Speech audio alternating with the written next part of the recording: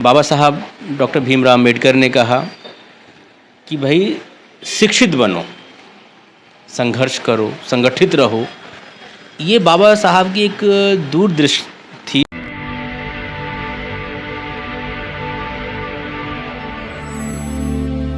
आज हमारे पास doctor Parvez sir हैं। तो आज एक वाल्मीकि जयंती के अवसर पर आए थे, तो बड़ी गहराई से समाज को बता रहे थे। जो दर्शक वहाँ उनको सुनने के लिए आए थे तो बता रहे थे, वाल्मीकि के बारे में उनको समझा रहे थे। तो मैं इनका सुना तो मुझे अच्छा लगा। इनसे जानूँगा कि सर आपका परिचय क्या है। मेरा नाम डॉक्टर परवेज़ है और मैं लिखता भी हूँ पेपरों में, और एक पत्रिका हम निकालते हैं, हाशिए की आवाज़। बेसिकली मैं जहाँ इस प्रोग्राम में आया था उस प्रोग्राम में बात करते हैं, तो वाल्मीकि की प्रासंगिकता के बारे में हम बात करें। मैं ये बात नहीं कर रहा कि भाई वो ब्राह्मण थे कि दलित थे, उनका नाम पहले डाकू थे। तो एक बात हमें जीवन में लेनी चाहिए, वो शिक्षा।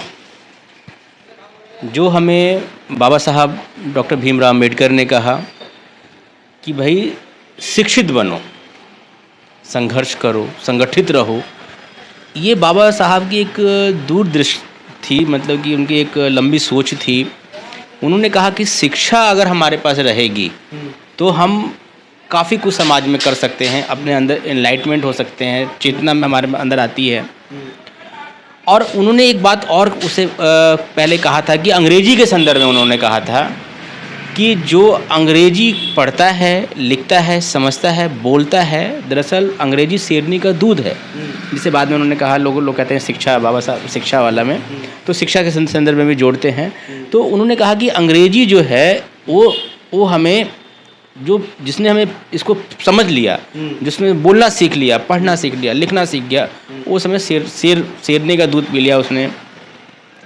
इससे पहले आप देखिए ज्योतिबा फुले और उनकी पत्नी सावित्रीबाई फुले ने अंग्रेजी के ऊपर एक कविता लिखी कि भाई अंग्रेजी देवी आ गई हैं, अब मनुवादियों की खैर नहीं।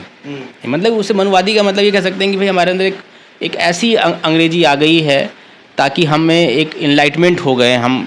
तो उस दौर में अगर हम देखते हैं वाल्मीकि के संदर्भ में, इस बात को मैं समझाना चाहता हूँ। वाल्मीकि के उस दौर में आप सोचिए कि एक एक भगवान राम को जो शंबुक की हत्या करते हैं, शंबुक को मार देते हैं, वो कारण क्या रहा हो, लेकिन उसकी हत्या तो प्रमाणिक है कि उसका वध हो जाता है। इसको वध कहा जाए, हत्या कहा जाए, लेकिन उसकी हत्या हो गई, यानी कि मृत्यु हो गई। कारण ये था कि वो तपस्या कर रहा था। इसे बहुत सारे विद्वानों ने लिखा है, मैं उस प्रसंग में नहीं जाना चाहता। लेकिन वाल्मीकि ने कवि के तौर पे कलम को पकड़ा। कलम जो है, मेरे दादा थे, वो कहते थे, कलम कहती है कि मैं जंगल की खर हूँ, मुझे कोई पकड़े तो मैं दौलत की घर हूँ। तो वाल्मीकि ने उस दौर में संस्कृत को पकड़ा, संस्कृत भाषा को पकड़ा। संस्कृत भाषा में वो कविता लगे लिखने, और कविता लगे लिखने, वो आदि कवि के नाम से प्रसिद्ध हैं। कविता लगे लिखने, और कविता के माध्यम से उन्होंने भगवान राम का पूरे जीवन का चरित्र को लिख डाला। महाकाव्य पूरा, उसमें श्लोकों का पूरा का वर्णन कर दिया। तो ये देखिए कि उस दौर में संस्कृत थी, बोलचाल की भाषा थी। सर मैं थोड़ा और आज जो अंग्रेजी की भाषा है, तो मैं इसलिए बताना चाहता हूँ कि आज जो दौर है वो अंग्रेजी का है। तो वंचित वर्ग, दलित वर्ग, आदिवासी वर्ग, महिला, वो अंग्रेजी पढ़ें, लिखें, बोलें और सीखें। सर मेरा एक सवाल है कि जहाँ आप बैठे थे, वाल्मीकि का जो चरित्र है, जो लोग चाहते हैं कि वाल्मीकि को जैसे तोता बनाया जाए, पढ़ा जाए, तार्किक न बनाया जाए, लेकिन जो बाबा साहब और रविदास की बात हो वो तार्किक बनाना चाहते थे। तो ये जो रामायण की चर्चा होती है, तो क्या ये जो वाल्मीकि के जो मानने वाले लोग हैं वो तार्किक आपको नज़र आते हैं कि जो सही हो सही मानो, गलत हो गलत मानो, और जो बाबा साहब का सोच था कि तार्किक बनो, तो आप में दोनों में फ़र्क देख रहे हैं? देखिए, ये बाबा साहब और जितने भी क्रांतिकारी हुए हैं और जिन्होंने समाज को दिया है, उससे पहले भगवान बुद्ध हुए। तो भगवान बुद्ध ने कहा आपो दीपो भव, यानी कि पहले आप जानिए समझिए। अब वो ये नहीं कह रहा है कि आप ये नहीं मतलब समझिए कि ईश्वर है या नहीं है या क्या सच्चाई है, आप फैक्ट को जानिए। अगर आप फैक्ट को जानते हैं आप उसे मानिए, कोई दिक्कत नहीं है। अगर आप मान रहे हैं कि वहाँ भूत है तो आप भूत को देखिए, तो आप यानी कि फैक्ट को मानिए समझिए। अब मैंने विपश्यना के बारे में बताया था, भगवान बुद्ध कहते हैं कि विपश्यना क्या है, अपने सांसों का आवागमन है, कि ये हमें नोज है, आप देख रहे हैं इसके दोनों हिस्सों को बोलते हैं नोस्टर, एक हिस्सा इधर से एक हिस्सा इधर से। तो हमारे अंदर सांस कब इस यहाँ से गई और कब बाहर गई, लोग हाँ इसी बता रहा हूँ, इसके फैक्ट को समझना, अपने आप को समझना।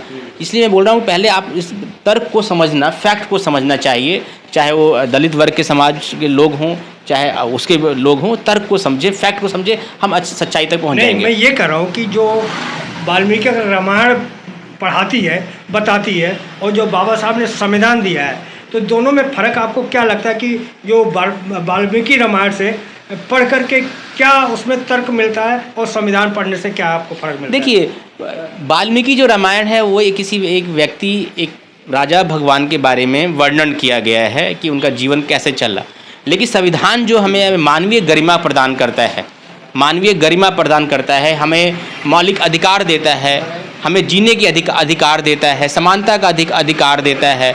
तो हमें रामायण में नहीं मिलता है, वाल्मीकि रामायण में नहीं मिलता है। रामायण में इस तरह से नहीं, वहाँ पर एक भगवान की भक्ति मिलती है। इसमें ये नहीं है कि गलत हो तो मत मानो, सही है तो मानो, ये चीज़ नहीं इसमें है। देखिए, अब इंटरप्रेट करने के बारे में है, आप किसी पंडित से बोलेंगे तो या किसी उससे बोलेंगे, वो बोलेगा कि भाई इसमें हमारा जीवन दर्शन है, इसके अंदर सब कुछ है, तो इसके अंदर नहीं है। लेकिन जो एक वर्तमान परिप्रेक्ष्य मानो संविधान को हमें, लेकिन आदमी दो तरह की बात कर रहा है ना, कर वाल्मीकि को नेताओं ने बांटा जातियों में, लेकिन नेताओं को ऊपर कर देते, लेकिन क्या समाज इस बात को नहीं कहता कि ये वाल्मीकि फला जात क्या है, रामचंद्र जी फला जात क्या है, कृष्ण फला जात क्या है, उनको क्या नेता बांट रहा है, समाज नहीं बांट रहा है। देखिए, कोई भी दौर है वो मैंने सत्ता प्राप्त करना चाहती है।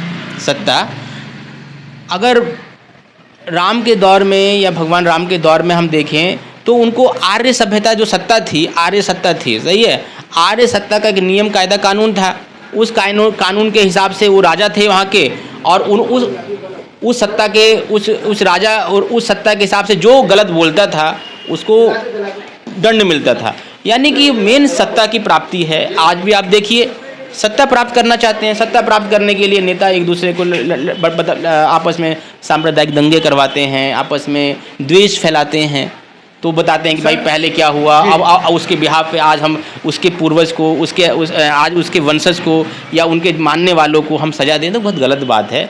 जो पहले बीत गई बात गई, आप छोड़िए, वर्तमान में जिए। मैं लास्ट में एक सवाल और कर रहा हूँ जी, कि आप दर्शक को क्या समझाएंगे कि जैसे रविदास और वाल्मीकि, रविदास को उनको चमत्कार के रूप में बताया गया कि वो कठौती में गंगा निकाल दिया, तो इसलिए उनको मानो, चमत्कार के रूप में मानो, और इनको करें कि इनको भगवान के रूप में मानो, तो दोनों में कुछ अंतर दिख रहा है आपको? देखिए, मतलब कि भगवान का मतलब क्या हुआ इसमें, मतलब लोग कहते हैं भगवान भगवान, भगवान का मतलब कि जो लोगों का कल्याण चाहता हो, जो लोगों का भला चाहता हो। अगर वो बात वाल्मीकि में है, लोगों का भला चाहते हैं तो अच्छी बात है, कल्याण चाहते हैं तो अच्छी बात है। लोगों में कल्याण होना चाहिए, यानी कि जैसे कि वेलफेयर स्टेट के बारे में हम बात करते हैं, तो लोक कल्याणकारी की अवधारणा जिसमें होती है, वो व्यक्ति संत है, अरिहंत है। बुद्ध के सामने जो उंगली मार आया और वो उंगली काट के सबका काटता था, बुद्ध बोले कि मैं तो जंगल में जाऊंगा, और जा रहे हैं, सामने जा रहे हैं तो उंगली बार मिल गया, तो उंगली काटता था वो तो लोगों का। लेकिन बुद्ध ने कहा, और बुद्ध को देखते इतना प्रभावित हो गया, वो अरिहंत बन गया, संत बन गया। तो इसमें भगवान का कॉन्सेप्ट है, जो लोगों का भला चाहता है, जिससे लोगों का कल्याण है, वो भगवान है। सर, आपने कहा कि शिक्षा वो शेरनी का दूध है जो पिएगा दहाड़ेगा। इसका मतलब जो आदमी दहाड़ नहीं रहा है, पढ़ा है लेकिन दहाड़ नहीं है, इसका मतलब वो पढ़ा नहीं है। नहीं, दहाड़ने का मतलब ये है कि वो शिक्षा जो है, देखिए वर्तमान परिप्रेक्ष्य, मैंने इंग्लिश के बारे में, बाबा साहब ने कहा इंग्लिश के बारे में, आप कितना भी अच्छा है आप जान लीजिए, लेकिन अगर अंग्रेजी आप बोलना नहीं जानते हैं, लिखना नहीं जानते हैं, व्यक्त करना नहीं चाहते हैं तो समाज में उस तरह का रिस्पेक्ट नहीं मिलेगा। आप हिंदी के संपादकों में और अंग्रेजी के संपादकों में आप सैलरी में देख लीजिए, उनमें अंतर है। तो अंग्रेजी जो है एक वैश्विक भाषा है। आप जैसे कि बहुत सारे लिटरेचर से जुड़ते हैं, बहुत सारे साहित्य से जुड़ते हैं, आपको बहुत सारा चीज़ ज्ञान प्राप्त होता है। तो उन्होंने कहा कि अंग्रेजी जो है आज वर्तमान की भाषा है, उसे हम किसी वो ना देखें कि भाई अंग्रेजों की भाषा है, ये क्या भाषा है, वो वैश्विक भाषा है। उसको सीखना चाहिए, उसको पढ़ना चाहिए और आगे बढ़ना चाहिए। इसका मतलब ये नहीं कि हिंदी भाषा या अन्य भाषाएं खराब हैं, वही भाषाएं हैं, उसको भी सीखें, लेकिन कोई भी किसी भाषा को आप उसको धर्म या जाति के आधार पर ना माने। जी धन्यवाद। तो साथियों, आप देख रहे थे डॉक्टर साहब को। कैसा लगा आप प्रतिक्रिया में ज़रूर लिखें, और हमारा प्रयास कैसा लगा उसको भी कमेंट में लिखें। जय भीम, जय भारत, बहुजन समाज, दिल्ली। अगर आपको लगता है कि हमारा काम बहुजन समाज के लिए महत्वपूर्ण है, तो आप हमें आर्थिक सहयोग के लिए सीन दिखाए गए QR कोड स्कैन और फोन पे और गूगल पे और UPI और बैंक अकाउंट में कर सकते हैं। फोन पे, गूगल पे 9250529129, UPI 9250529129@YBL। Bank account state bank of India AC 104299462008, IFSC code SBIN 00066563। आपका छोटा से छोटा सहयोग समाज और हमें और मजबूत करेगा, जिससे हमें बहुजन पत्रकारिता में और निष्पक्ष बनाने में मजबूत करेगा। जय भीम, जय भारत।